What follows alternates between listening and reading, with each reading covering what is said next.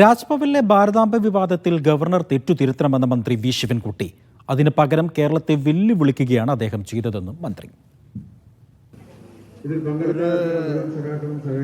ഗവർണറുടെ ഓഫീസും സ്ഥാപനവും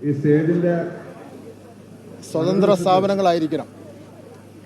രാഷ്ട്രീയത്തിന് അതീതമായി പ്രവർത്തിക്കുന്ന സ്ഥാപനമാണ് ഗവർണറുടെ വീടും ഓഫീസും ഗവർണറും.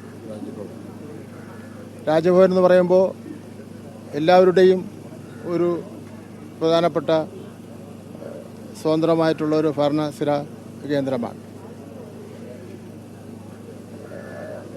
ബഹുമാനപ്പെട്ട ഗവർണർ കാര്യങ്ങൾ അറിയാവുന്ന ഗവർണർ എന്നുള്ള നിലയിൽ അതിൽ പറ്റിയ തെറ്റ് തിരുത്തുന്നതിന് പകരം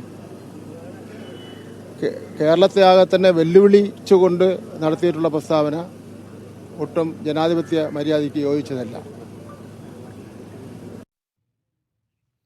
സനിസ ശോഭാചന്ദ്രനുണ്ട് വിവരങ്ങൾ നൽകാനായി. സനിസ, ഇന്നലെ മുതൽ തന്നെ ഗവർണർക്കെതിരെ CPM-ന്റെ എല്ലാ നേതാക്കന്മാരും മന്ത്രിമാരും ഒക്കെ രംഗത്ത് വരികയും ചെയ്തിരുന്നു. ഇന്ന് മന്ത്രി വി ശിവൻകുട്ടി എന്താണ് പറഞ്ഞത്?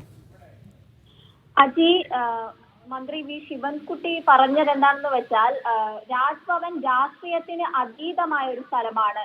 അതുകൊണ്ട് തന്നെ ഇത്തരം രാഷ്ട്രീയം രാജ്ഭവനിലേക്ക് കൊണ്ടുവരുന്നതിൽ ഗവർണർ തെറ്റ് തിരുത്തുകയാണ് വേണ്ടത് എന്നാണ് ആദ്യം തന്നെ മന്ത്രി പറഞ്ഞത്. അതിനു പകരം ഈ തെറ്റ് തിരുത്തുന്നതിന് പകരം കേരളത്തെ വെല്ലുവിളിക്കുകയാണ് ഗവർണർ ചെയ്യുന്നതെന്നും ശിവൻകുട്ടി പറഞ്ഞു. അത് തിരുത്തുകയാണ് നല്ലതെന്നും ശിവൻകുട്ടി പറയുകയുണ്ടായി. ഇന്നലെ ലോക പരിസ്ഥിതി ദിന പരിപാടിയിലായിരുന്നു ഭാരതാംബയുടെ ചിത്രത്തിൽ പുഷ്പാർച്ചന നടത്തണമെന്ന് ഗവർണർ രാജേന്ദ്ര വിശ്വനാഥ് ആർലേക്കറുടെ ആവശ്യത്തിന് വഴങ്ങാതെ സംസ്ഥാന സർക്കാർ അതിൽ നിന്ന് പിന്മാറിയത്. ഈ ഒരു വിഷയത്തിൽ പലതരത്തിലുള്ള വിവാദങ്ങളും ഇന്നലെ മുതൽ സംസ്ഥാനത്തുണ്ട്. അതിനിടെയാണ് ഇന്ന് രാവിലെ മന്ത്രി ശിവൻകുട്ടി പ്രതികരിക്കുകയുണ്ടായത്. ഗവർണർ വിഷയത്തിൽ തെറ്റ് തിരുത്തണം, അതിനു പകരം കേരളത്തെ വെല്ലുവിളിക്കരുത്. രാജ്ഭവൻ ഒരു രാഷ്ട്രീയത്തിനുള്ള ഒരു സ്ഥലമല്ല, അത് എല്ലാവർക്കും ഒരുപോലെ രാഷ്ട്രീയം കൂടാതെ രാഷ്ട്രീയം ഒഴിച്ചു മാറ്റേണ്ട ഒരു സ്ഥലമാണെന്നും ശിവൻകുട്ടി പറയുകയുണ്ടായി.